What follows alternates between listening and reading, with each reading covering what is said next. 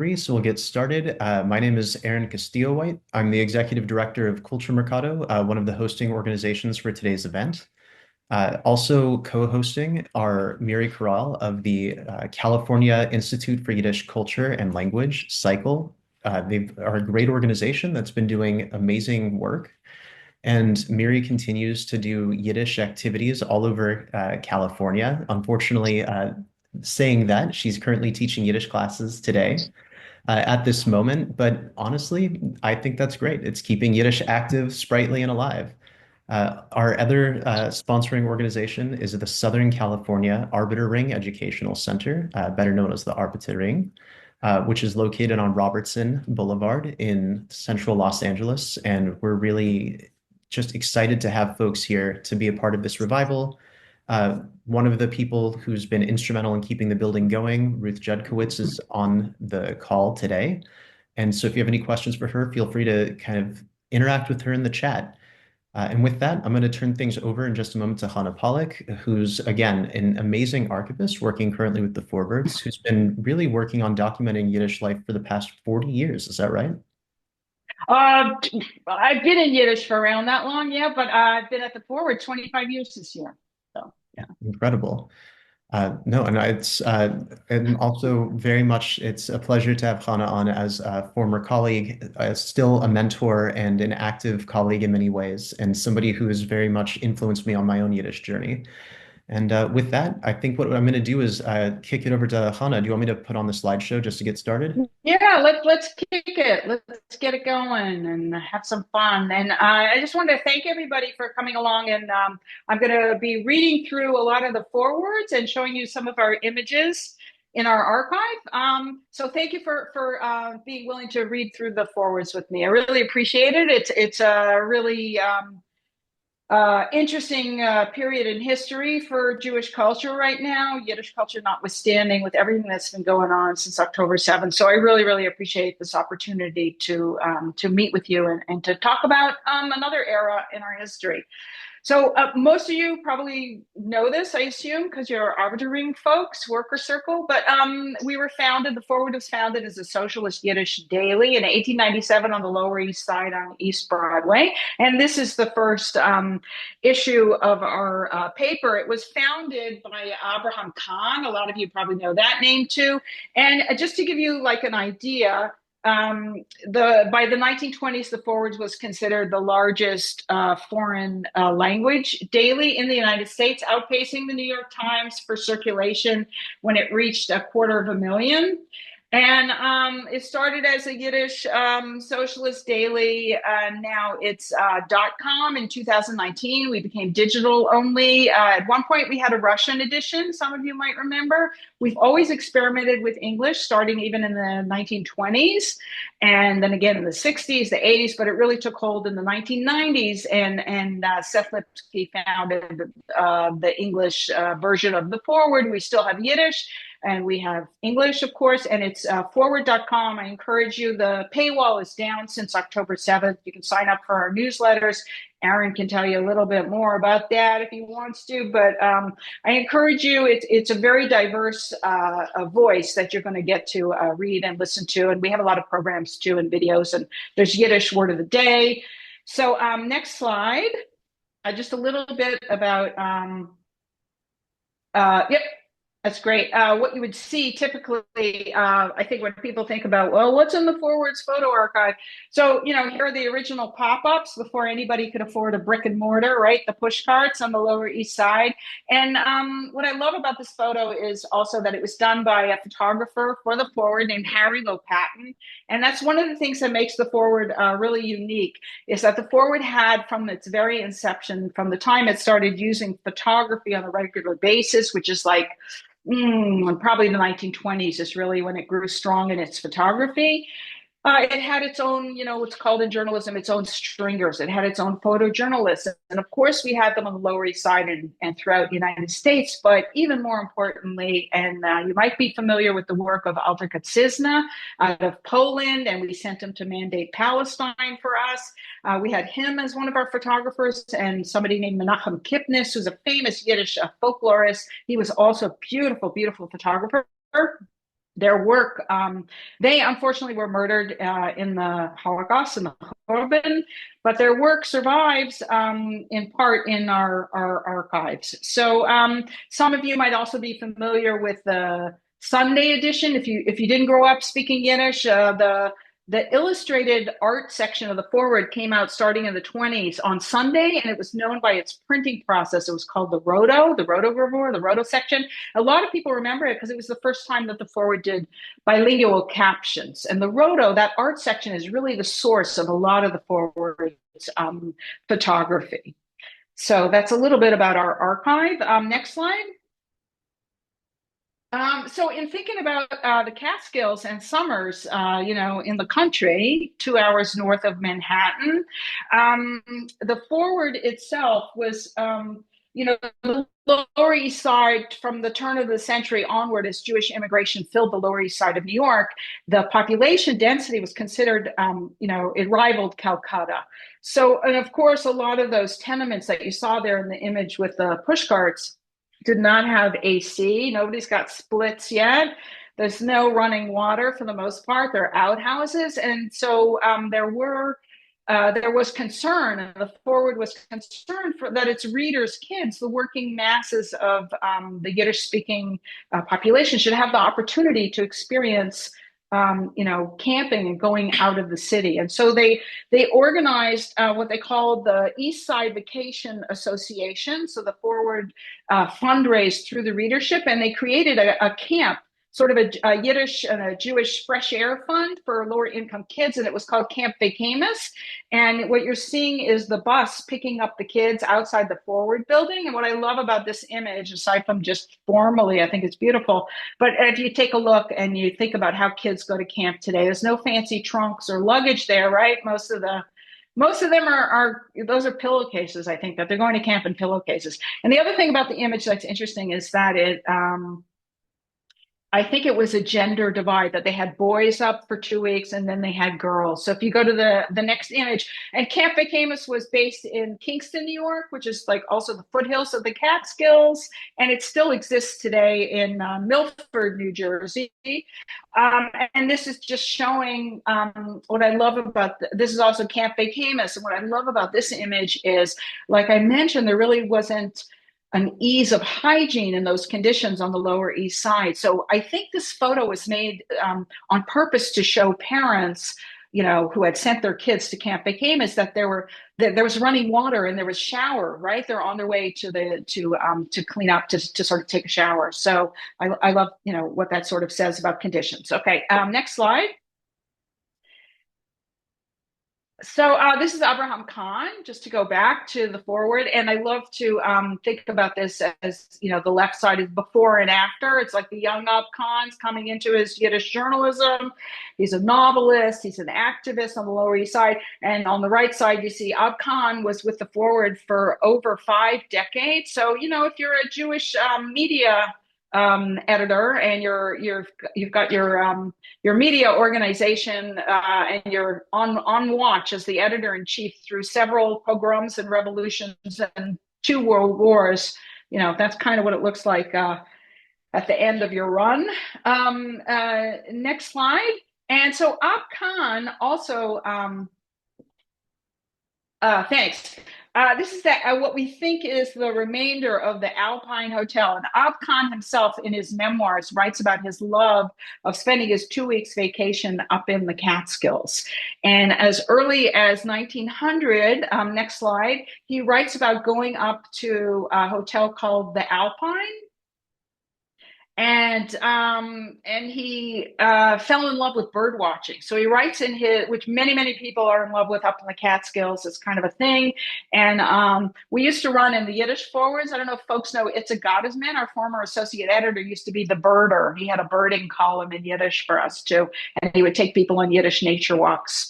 And he still does that for Yiddish New York. If you come in December to Yiddish New York, you'll probably get to go on a nature walk with Itzik. But Ab Cahan used to come up to the Alpine, and he talked about how inspiring he found it to be in nature. And he'd get up at 5 in the morning and grab his opera glasses and run out and go bird watching. And he just talked about the one summer when his vacation got cut in 1901 when President McKinley was assassinated and he had to get back to the office. Next slide. So, the life of a media mogul. It's not an easy one. As early as 1912, before they were called classifieds, the Forward published and derived an income stream for what they called their business occasion ads.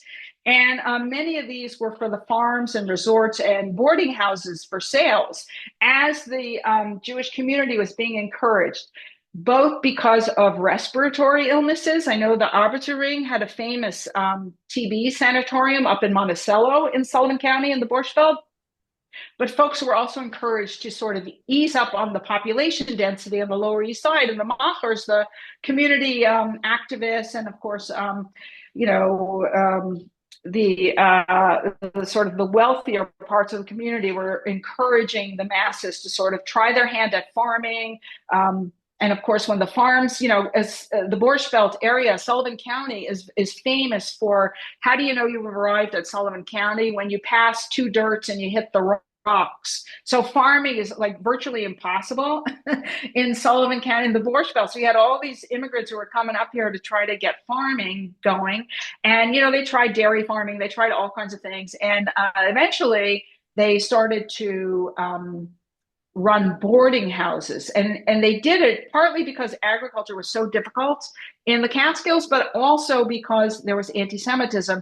And most of the resort area, even though it was the Catskills, it wasn't like Saratoga or some of the fancier resorts, they still weren't open for Jews. They weren't interested in having Jewish guests. So Jewish farmers saw an opportunity, and that's how you start to get the boarding houses. And from the boarding houses, those were so successful that Jews were able to open hundreds, if not thousands, of small hotels. And you'll hear a little bit more about that. And of course, the most famous of those becomes Grossinger's and Kutcher's and the Concord, the more famous hotels. But all along the way, especially you'll see, for readers of the Forward, for the Yiddish working masses, there were hundreds, if not thousands, of small Yiddish welcoming, affordable hotels. So, like I said, as early as 1912, we started advertising for these. So here you can see, here's a typical ad that says in Yiddish,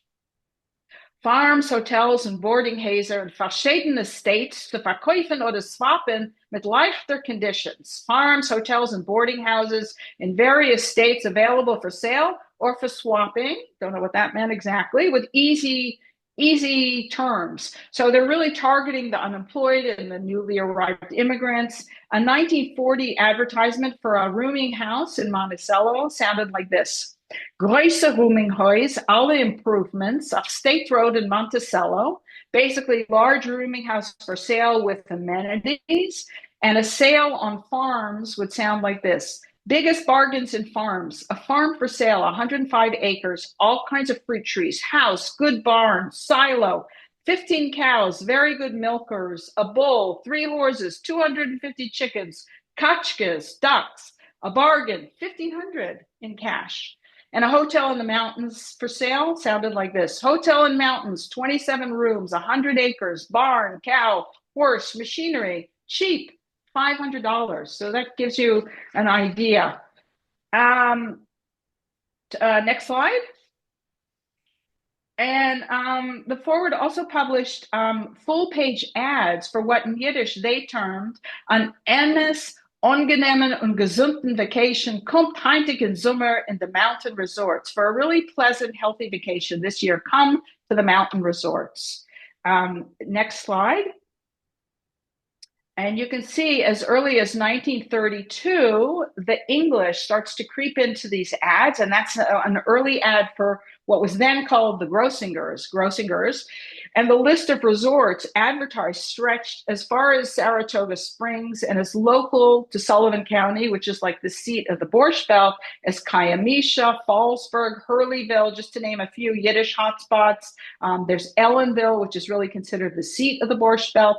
And here are some more from as late as 1955. The golden era of the Borscht Belt is sort of, through the 20s and the 30s. It kind of peaks out in the 40s. And by the 50s and 60s, it's considered the decline the Borscht Belt. But for the forward, as late as June 1955, next slide, you can see the smaller hotels with the mostly Yiddish copy are still going strong. So here's an ad for the Barlow in South Fallsburg. And in Yiddish, it says, Paul and Claire Lau for management. June is $35 a week, and July is $45. Next slide, because July is still like a really the most popular month, probably up in the Catskills to this day. Here's one also for the Gratis, famous hotel in Kayamisha with a lot of Yiddish copy on it. And it gets really, really intimate. There's barely any English, and it says it's owned and operated by Abe and Adele Gratis. They were married in 1924, and this is like a 1955 issue. And so visitors are encouraged to come up the weekend of June 17th and help the Gratis family celebrate their 31st wedding anniversary. Potential weekenders were asked in Yiddish to hold the date. Macht nicht keine appointments for dem weekend. It will sein mit the greatest, meaning hold the date. Don't make any appointments for that weekend because you're going to be with the greatest. They had a day camp, and almost like a kibbutz, the children had their own dining room. There was air conditioning in the dining room, a new lobby, new card rooms, and a new ranch type house. They were all inclusive, a lake and boats, no extra fee, delicious kosher food supervised and prepared by Adele Gratis herself. So just to give you an idea of how the little hotels had to compete right in the shadow of like the Grossinger and the bigger hotels, they were still staying competitive as late as 55. Next slide. Here's the Normandy in Loch Sheldrake. The forwards here let people know at the Kessler and Stulovitz Brothers Normandy Hotel, you got to reserve as fast as possible because in that year, in 55, the Meyer London Reefer Makers branch of the Socialist Democratic Party were celebrating their annual retreat and initiation of officers there. They also had a day camp for the kinder and 2 bands. And they were celebrating a brand new section of the hotel called the Floridian that featured private baths and showers, telephones, wall-to-wall carpeting in all corner rooms, and a new filtered pool. So that gives you an idea also of like in the 50s, the amenities were like in, you had your own bath and shower. That gives you an idea of what conditions were kind of like up there. Next slide. Also probably why it was affordable. Over in Woodridge, the Catskills, the Borscht Belt is always kind of like a little bit like Northern California up in Mendocina area, if I remember correctly. Parts of the Catskills are filled with ashrams and retreats for yoga. It's always been kind of known for that. A couple of cults sprinkled up there. So here's an ad for Fanny Schaefer, still going on, still got the cults and the yoga and the Buddhists, everybody's up here. So here's an ad for Fanny Schaefer's hotel called the Vegetarian Hotel for Nature Lovers. And it promised you would live right this summer. It had a solarium, a modern building, massages on premises. And a noted healing authority, somebody named Christopher Jean Corzio, and we did a little back research on him. He was a naturopath, a nutritionist. Like these are kind of like early health food people, which has always had a very interesting reception in Yiddish circles. And I believe noted Yiddish food historian Eve Jochnowitz has written a lot about Yiddish and vegetarianism. Anyways, this John Curcio turns out had like a 5,000 book collection and medical files, including early research on sexual health. And his whole collection is actually housed at an archive in Austin, Texas. So, just on a related note, like I said earlier, it's interesting to think the vegetarians were coming up here, as were, the sanatorium, the Arbeter Ring sanatorium for folks with TB. So there was also an aspect of looking for health. And, next slide, practically from its inception, the Forward wrote a lot of varied material about the Catskill over the years, including general reporting. For example, as early as the 1900s, there's one story that ran that was just titled "The Hits," right? The hits, the heat. And it was just a writer going on and on about how hot it was in Manhattan and the city, and why can't everybody just, accept, like, why is it just that the wealthy get to leave town for the Catskills? And it is as early as 1902. piece was published, this is way before Dirty Dancing and Summer Romances and the Summer Shidduchim and the Catskills. The Forward had written a piece called, about finding your love in the Catskills. By 1930, they were so prescient. They were already encouraging people. You don't have to just come to the Catskills in the summer. You can also come to the Catskills in the winter. And as late as 1959, they were, in the decline already of the Catskills as a resort. They were already writing, they were still writing about how the Catskills are a paradise. So in this slide, which actually my host, Aaron, actually dug up, in 1913, the Forwards published a bit of performative wedding culture. A lot of drag weddings were part of Catskill Jewish culture. And it might be the first time that, camp culture and mock weddings are actually being described in a Yiddish paper. Next slide. And the way we got to it, and Aaron, you can correct me, but we had a Yiddish reader named Debbie Honoroff who found this photograph in her mother or her grandmother's photos, and she reached out to Aaron and him and Zach Golden from Der Nistar, who was our former associate editor of the Forward. They went in and they did the research, and we're grateful to them. Here are some of the highlights of what they found in that 1913 article about the mock wedding. It's called like a strange wedding in the Catskills, and it's definitely equal opportunity insulting to everybody. They write, the quote unquote wedding took place in a large farmhouse's sizable dining room. A boy dressed up as a bride and a girl dressed up as a groom. There were ushers and in-laws, musicians, a reverend and a badchen, the traditional Yiddish wedding entertainer. Flora, the Galician with blonde hair, was the groom. She was wearing a pair of men's pants, a capota, a collared shirt, a tie, and a stovepipe hat.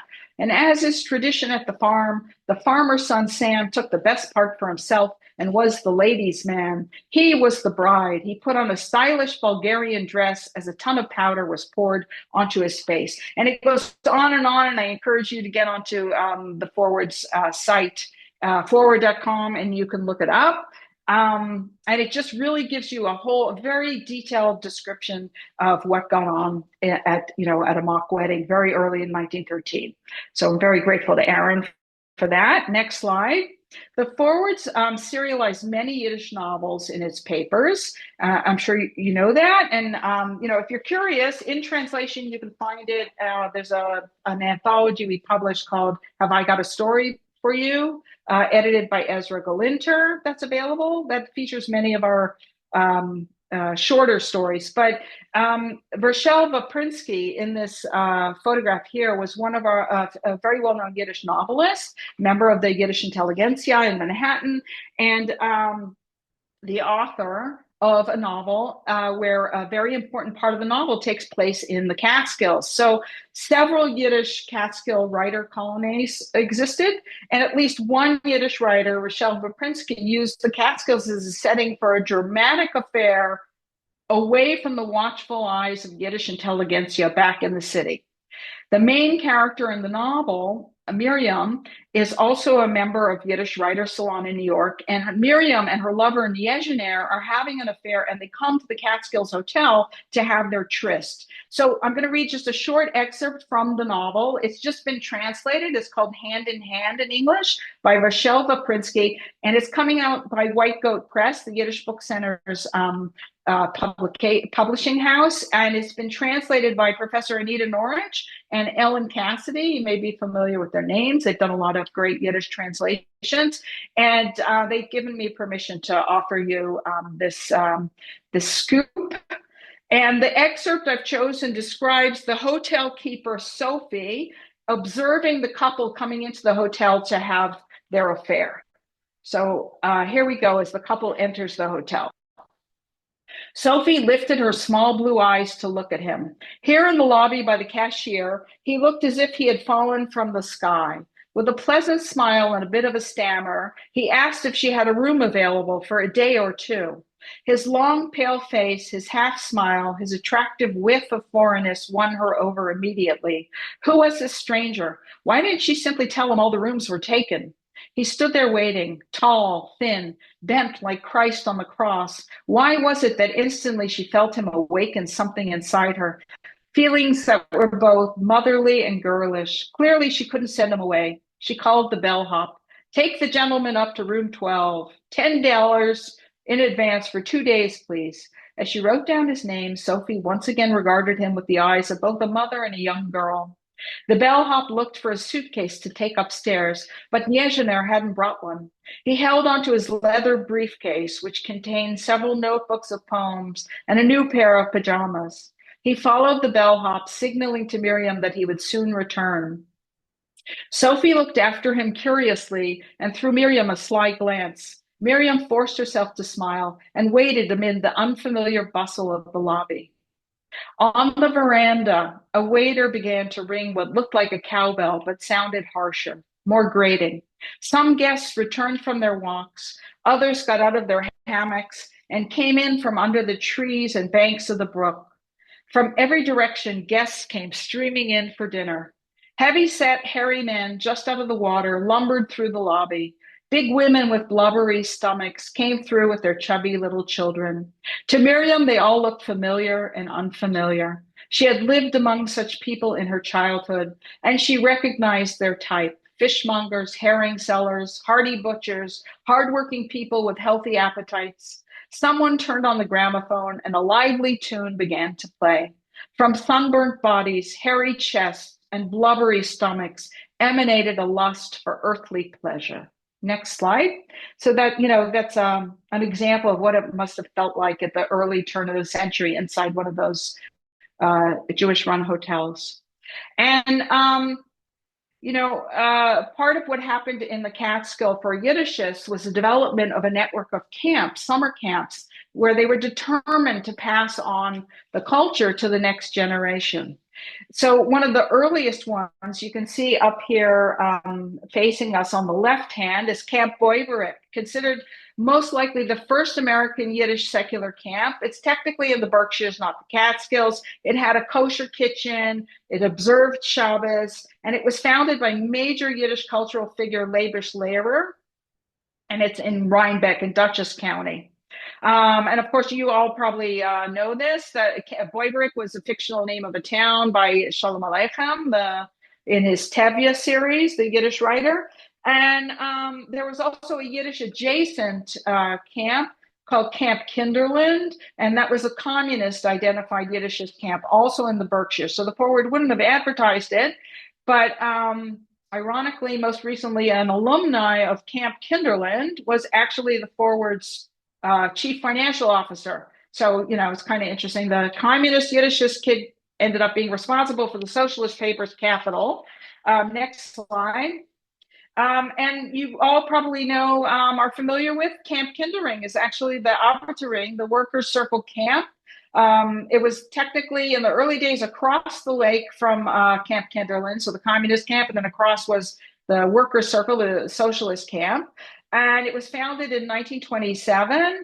And here you can see, and it ran, the workers' circle and the Forwards were intertwined for over a century. We shared residences, buildings, our programs were intertwined. Arbeter Ring folks were on the Forward Association, the governing board of the Forward. Very, very, very important and close relationship. And here you can see Ab Cahan on the balcony of the, at Camp Kindering. And what I love about this photo is also, if you take a look at the audience, right, who's listening to Ab Cahan. Now, this is technically a summer camp, Yiddish summer camp for the kids, right? But what was really important for all those camps, for Kinderland and Boiberik and Kindering here, was also to provide a resort and a cultural stimulus for the membership of the organization, so that the working Yiddish masses could come up to the country and enjoy like a weekend. What wouldn't otherwise be affordable to them was made affordable by places like Boiberik and Kindering. Next slide. And we have a series of the photos in our archive. And the other thing that was amazing about these Yiddish camps was the talent that served them. So here you can see Chaim Gross, a noted sculptor, and his brother Naftali was one of our writers. He's a well-known Yiddish writer, Naftali Gross. And here's Chaim. He was the art counselor at Camp Kindering in the 1920s. Next slide. and Kindering was on a pond on a little lake, Sylvan Lake, and there's Chaim Gross helping out with swimming too. Next slide. And and that brings us to the Bund, the Jewish Labor Bund, Camp Hemshekh. If you understand a little bit of Hebrew, Hemshekh, of course. I mean, here it's being used in Yiddish, but it's the Hebrew word for continuity. Camp Hemshekh was probably, nobody kill me, but it was probably the most devoted Yiddishist camp that was created by Bund member Holocaust survivors in 1959, and they announced the founding of the camp in the Forverts with the goal of instilling their Jewish socialist ideals from the interwar period's flourishing of Yiddish culture in Eastern Europe, and they were determined to transplant it and bring up the next generation in it. So Boiberik and Kindering and Hemshekh were all devoted to the transmission of Yiddish and Jewish cultural values, including social justice, social activism, and weekends. If you follow the forward notices about it, the camps were full of Yiddish cultural artists and writers invited to come up for the weekends. My spouse, Yiddish translator and poet Miro Minyatsky, went to Hemshekh and recalled noted Yiddish poet, one of the first women to run her own Yiddish journal, Kadya Molodovsky, came up there. Sholem Sekunda visited Hemshekh, noted composer, as well as the children of Medgar Evers. After he was assassinated, his daughters were invited to come and be campers. And some of today's greatest Yiddish cultural activists and educators were come out of the Camp Hemshekh and the Boiberik, like all these lineages, but especially Camp Hemshekh. Zalman Mlotek, who you may be familiar with from Yiddish theater, Moish Rosenfeld, who's the agent, theatrical agent for Yiddish theater folks, Daniel Liebeskind, famous Jewish star architect, is a Camp Hemshekh camper. Irina Klepvish, renowned activist, poet, Yiddishist, lesbian activist, social justice leader, and our former associate editor, Itza Gottesman, and the first woman to take the helm of the Yiddish Forwards to be taken on as editor, Ruchel Schechter, who's still there now. You might know her from Yiddish Word of the Day and from reading the Yiddish Forward. Also went to Camp Hemshekh. In 1968, Cyril Steingart, also a Bundist and a writer for the Forwards, described what it was like to walk into Camp Hemshekh. When you enter camp, in a piece she wrote for the Forward, when you enter Camp Hemshekh in Hunter, New York, you won't be amazed by the sight of luxurious buildings and bunks. Rather, it's more likely you'll be humbled by its modest accommodations. But you will be astonished by the atmosphere and with the respect offered to our Mamaloshin. Yes, respect. Our Yiddish language that so many of our catastrophizing folks and pessimists have given up on its existence resounds here with a fresh new beauty in these children's mouths. And she goes on to describe the camp's special Yiddish programs, and the signage around the camp is all in Yiddish, as well as the poignant intention of the founders to imbue in their post-war progeny the sensibilities and the very language of their Yiddish world that had been destroyed, along with its speakers and creators. So it's really important to remember that the Catskills and the Borscht Belt specifically was also about that. Next slide. And of course, the Forward covered, the Catskills and the Borscht Belt are also known for Murder Inc. and a lot of bodies being thrown into various lakes. So, the Forward also covered like this item in 1936. Apparently, former gangster, reformed gangster, Irving Ashkenazi of Brooklyn was found shot to death near Loch Sheldrake in 1930. Apparently, he had been sentenced to prison for the murder of dress manufacturer Jacob Rotenberg. And after Ashkenazi was released from Sing Sing, I guess he told his let's take the wife and kids up to the Catskills.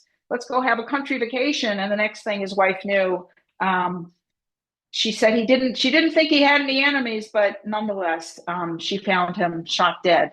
And it was believed to be like a revenge gangster killing. And just on a slight segue, but related note, In the 1940s, little known story, the Forward and the Communist Daily Worker were both part of a plot to be bombed by the Christian nationalist, Christian supremacist, an early Christian supremacist group. And they were called the Country Gentlemen. They were out of Brooklyn, but they did their target practice up in Sullivan County. So just to give a sort of a broad lay of the land, you've got all these Yiddishes. This is the Catskills. The Borscht Belt is the place where you can come and feel secure as a Jew. You can find a hotel, a boarding house that's affordable, and it's also where the German Bund, right, the American Nazi Party and their affiliates are running their summer camps, and the Country Gentlemen are having, the KKK, they're all up here too. Next slide. The Catskills was also a place where the Forward was concerned about organizing and working conditions. And there was actually a Yiddish publication specifically for the hotel workers. But in the forwards, they covered, for example, the Monticello, the kosher bakers trying to organize up in Monticello. They covered that. And just nascent attempts here, they're asking the stage carpenters, like all the folks who are up here working as gaffers and carpenters and movie operators and scenery, like everything that made all the entertainment of the Borscht Belt run, the Forward is concerned and encouraging them to organize and unionize. Next slide. And as late as the 50s, the Forward ran a piece about, if you were an actor or a performer in the city, it wasn't unusual that you would be, an agent would come and round up entertainers to come in the summer up to the Borscht Belt. It was a good gig. But apparently, sometimes these things fell apart. And this one was a scam. And the Forward reported about 84 performers were cheated out of a gig. They were told that there was going to be work for them. They were brought up to Ellenville. And then once they got here, there were no jobs. And so the Forward reported about how they were stuck 94 miles from New York City. They didn't know how they were going to get back. And the police could not figure out the nature of the swindle. But it all ended up okay. It turned out they figured out somebody who was an electrician during the winter years had decided he was going to try to be an entertainment agent in the summer, and he's kind of ripped them off and told them they were coming up to perform for the Ulster County Firehouse. Turned out not to be true, and it all ended up okay. But the Forward was concerned about that too, about people being brought up to work and there was no work, which is a story that you still hear kind of up here with a lot of the migrant workers. So next slide. But nothing really compares to when the Forward had its own writer traveling around. Simon Levinson was like, you can call him a travel reporter for the Forward in the 20s. And he was tasked with traveling through a lot of the small upstate towns and then all through the rural areas like he traveled to the Rust Belt for the Forward. And then he ended up making it all the way to Nebraska, where he actually 2 years into his travel writing assignment for the Forward, he unfortunately died of a heart attack. And they shipped the body back to New York for burial. But in the process, he ended up in Ellenville, and he brings some of the earliest reportage of what it's like to live Jewishly in the rural areas, and especially up in the Catskills. And when he landed in a town like Ellenville, the first thing he did actually was seek out sort of the tailor or the baker or the kosher butcher. And then the workers' circle, he looked for the Arbeter Ring, he looked for their schools, and then he would focus on the religious community and looking at the tensions that were going on and what it was like to be Jewish up in the Catskills. So here's a little bit of Levinson. He was translated by my partner, by Miro Minyevsky, in 27. He had, he came up to Ellenville, and Ellenville got to have their 15 minutes of fame in the Forwards. And this is what he writes about what he saw. I think I've uncovered a new America, an America where Jews govern themselves, where all the officers, beginning with the policeman and ending with the sheriff, are all Jews. But let's go in order before the town gets mad at me. That's all I need. These townsfolk are emotional, a lot different from the Jews I've encountered thus far. Those Jews could care less what and where and how I'm going to write about them. It seems as if the Jews, who are very small minorities in their towns, have already surrendered all hope of leading their own lives. Having lived so many years among Christians, they've lost sight of their own lives, and now they're living just like that. I would call it a life without a life. So it's a little bit of the stresses that he noticed of being sort of an isolated community, even though Ellenville was really the seat of Jewish life in the Catskills. Next slide. And I would be remiss if I didn't let you know that, of course, jumping ahead to the 60s, the Forverts report on Woodstock. And, we had a cartoonist named, the last cartoonist known to the Forward was Paul Markison, and this is his drawing of a hippie. Next slide. And so in 69, the Forward, of course, reported on the famous, the Yolid, the music festival in the Catskills was how they covered Woodstock at Max Yasgur, famous Max Yasgur, Jewish farmer, descendant of boarding house, folks who had, his grandparents had a boarding house, his parents and his grandparents. And Max Yasgur was a famous, noted dairy farmer. Apparently, he invented very beloved flavor of chocolate milk, among other things. And Max is, of course, goes down in history as the man who rented the land for them to have the Woodstock Festival. And here's a little bit of how the Forwards reported on the festival. The artists who performed at the concerts were mostly famous rock and pop bands and folk singers, followed by an entire universe and a half of hippies, much as Orthodox Hasidim follow their rabbis. Traffic was so bad, cars stood still so long that it was not unlike 10 hours of davening Shemoneh Esrei. Next slide. So, and they followed that up, being the Forward and being concerned about the masses, they followed up with an item discussing overdoses and thus created some new Yiddish vocabulary with giftiger drugs, poisonous drugs, and an editorial that actually used LSD in Yiddish and demanding responsibility for overdoses at Woodstock, but then admitting that for the fact that they had over 300,000 attendees, it really wasn't so bad. And they were very grateful to the local residents and the nurses and everybody who stepped in to feed the hippies. And on a slightly related note, it's interesting. The Forward is really well known. I'm sure you all know this for the Bintel brief, the column, right? All the letters coming in and asking advice and telling stories, sharing experiences of being early immigrants to the Forward. And it's interesting to note that Max Yasgur, it's a little known story about him, but after Woodstock, he didn't live much longer because he really had a heart condition. He faced a lot of local anti-Semitism for letting the hippies take over and come and have this amazing historical festival.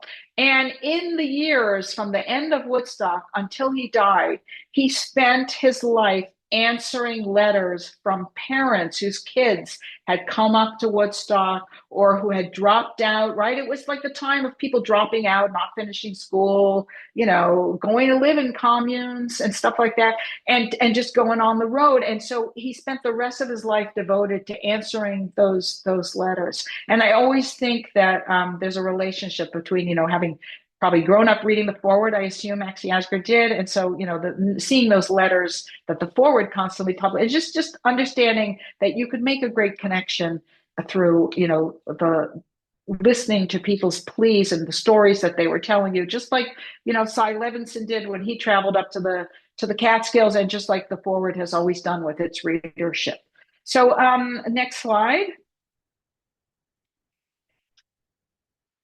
And I just wanted to, if you think it's weird that, Yiddish in the Catskills doesn't make sense to you for some reason, or the Forwards in the Catskills, what we're looking at here is a piece of Forwards that Yiddish translator and an investigative reporter, you might have read her writing, Debbie Nathan, has a place up here in a town called Phillipsport. And one day they were taking down some drywall. And what do you think they found that had been used as insulation was a 1967 issue of the Forward.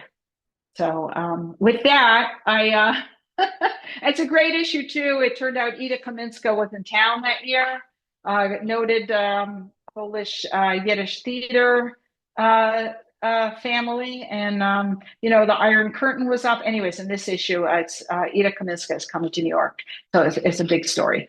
Anyways, I want to thank you so much, and I'm here for your questions, and I'd love to hear your stories. And it's a big history, and I always learn so much when I talk about the Catskills with folks who actually were up here as kids. So I'm happy to take any of your questions, and I encourage you forward.com. And if I don't get to any of your questions today, you're welcome to write me. Aaron has my email, and I'm on the Forwards site at Ask the Archivist. So, yeah, thank you so much. And Shana Tova. Regan has a question. I don't know if I don't think we're able to enable the discussion, but you can ask your question in the Q&A or in the chat directly. The question that we just got from Joyce Tamara is, do you know when Kutcher's closed? I don't actually know. And I have a question about whether it closed or whether, I'm sorry, I don't know, but I do know that I think Chabad, or there's an organization, an Orthodox Hasidic group, I think, took it over. So I think it closed very, very late.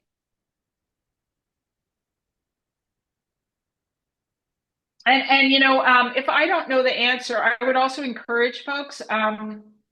There's an amazing academic named Phil Brown, and he created something called the Catskills Institute, and it's online. If you go to his website, there's a ton of information about all those hotels there.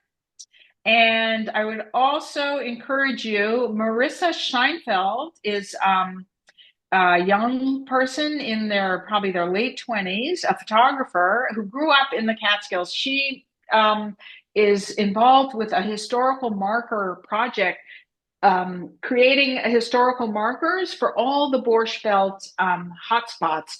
So that's another site that you can look at, and they know a lot of stuff, and they have an online presence. It's called the Borscht Belt Historical Marker Project.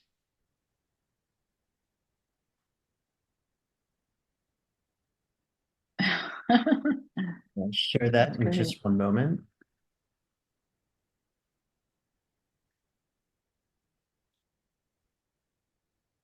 Yes, Herschel Hartman. I know that name.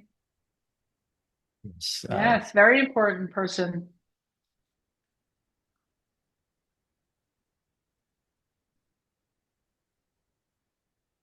Oh, Livingston Manor.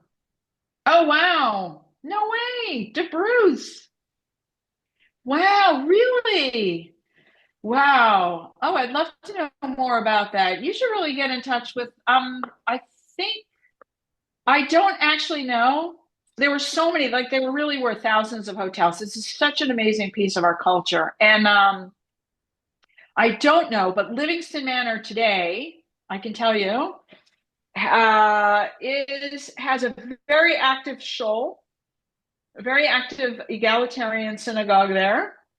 De Bruce is actually a pretty hipster boutique hotel. I don't know if that's the same hotel that your grandparents ran, but right now the De Bruce is kind of a swanky hotel.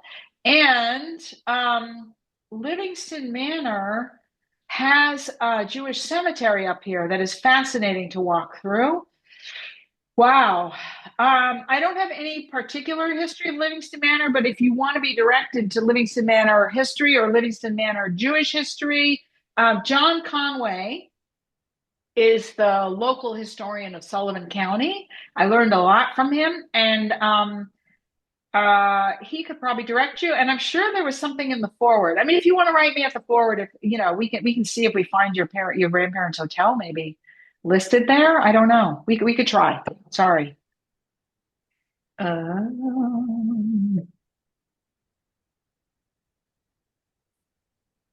wow. Interesting.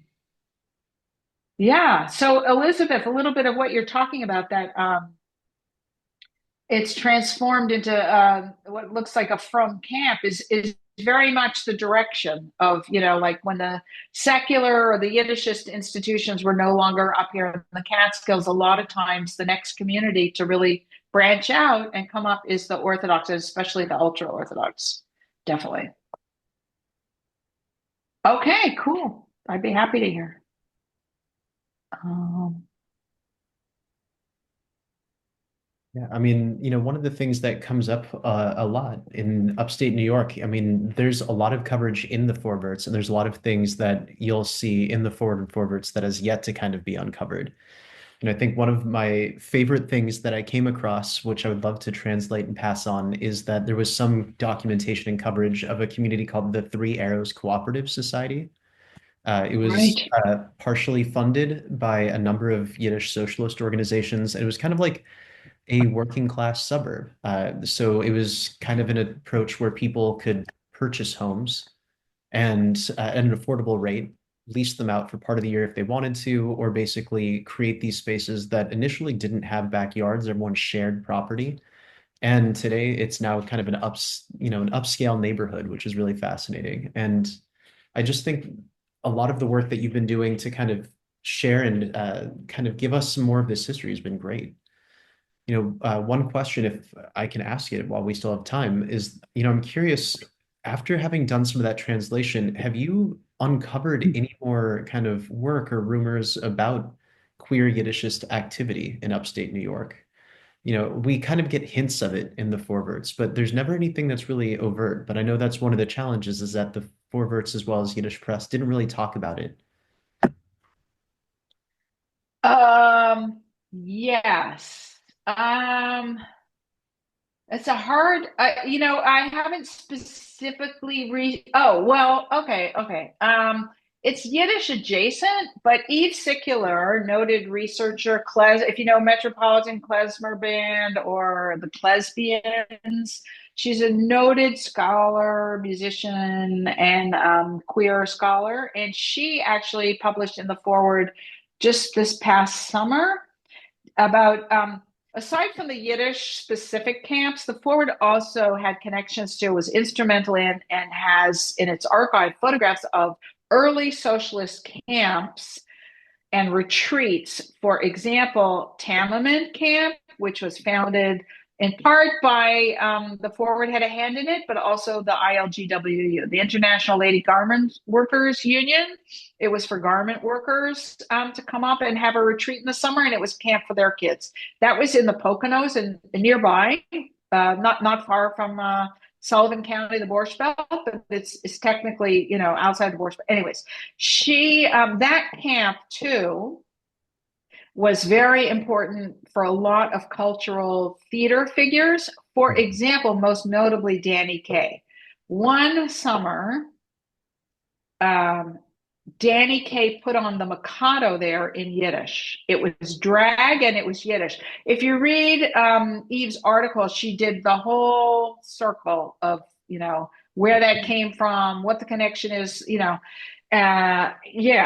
And recently, a young new writer for us, Sam Shepard, a different Sam Shepard, we call him Samuel just to make it clear. Samuel Shepard wrote about Camp Tamiment again because Once Upon a Mattress was developed there as the entertainment. You got to, I tried to talk about it. I don't know if I got it exactly, but like you got to understand that these Yiddish camps, that was intent. Their cultural offerings were so incredible, and the development of plays and musicals and it all was kind of percolating in these camps. So, for example, Once Upon a Mattress also became, a summer play up at Camp Town, and the next thing you know, it's on Broadway, and it's being revived right now. So we just reviewed it, and in writing about it, Sam dug up a lot of the history of Camp Tamament again. So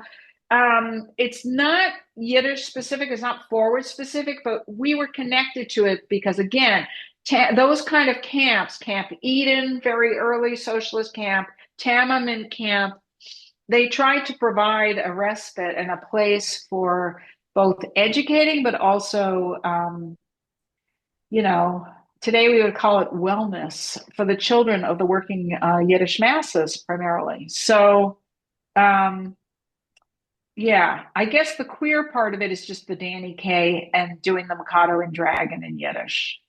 Got it. That's what I got. I have not, and the other place I was going to say is I've been trying to research somebody who was kind of closeted, but it was clearly gay, and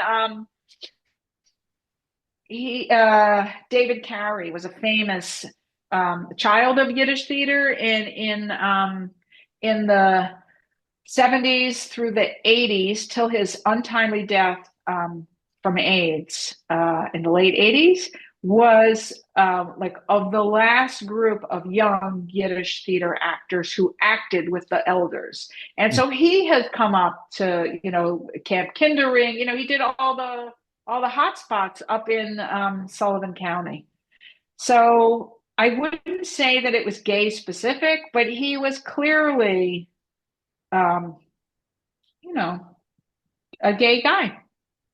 So it's not like, doing the Mikado and drag is, there's something to talk about there. Yeah. But yeah, No, I yeah, appreciate that. but it's wide open. It's wide open. That field of research is waiting to be done. Yeah. Awesome. Well, I just wanted to thank you one last time. And as we're wrapping up here, to let folks know that again, this event was brought to you by Culture Mercado, by Cycle, the California Institute for Yiddish Culture and Language, and by the Southern California Arbeter Ring Educational Center, or Arbeter Ring.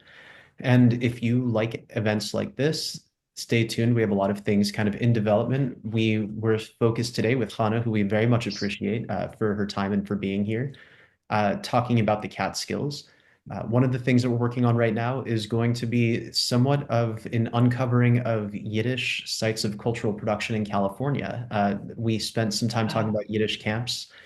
There was the Camp Kindering here in Southern California, which some of you may have gone to, and we'll be working on putting together an event probably at the end of the year, which will have photos and some cool testimonials, as well as some history of a number of great Yiddish sites of historical production from, again, Camp Kindering to little known places that folks would be surprised by, like Wan Q, which is now Foo's Palace on Pico, a popular gathering space, Chinese restaurant and haunt that's been a number of places over the last 50 to 60 years. And with that, again, thanks everybody. Thank you again so much, Hannah, and we'll be sending out a thank you email to everybody. And again, if you're interested in finding out more, you can read Hannah's amazing work at the Forverts, also elsewhere with a lot of great photos. So thank you, everybody, and have a great afternoon. Cheers. thank you. Shana Toiva.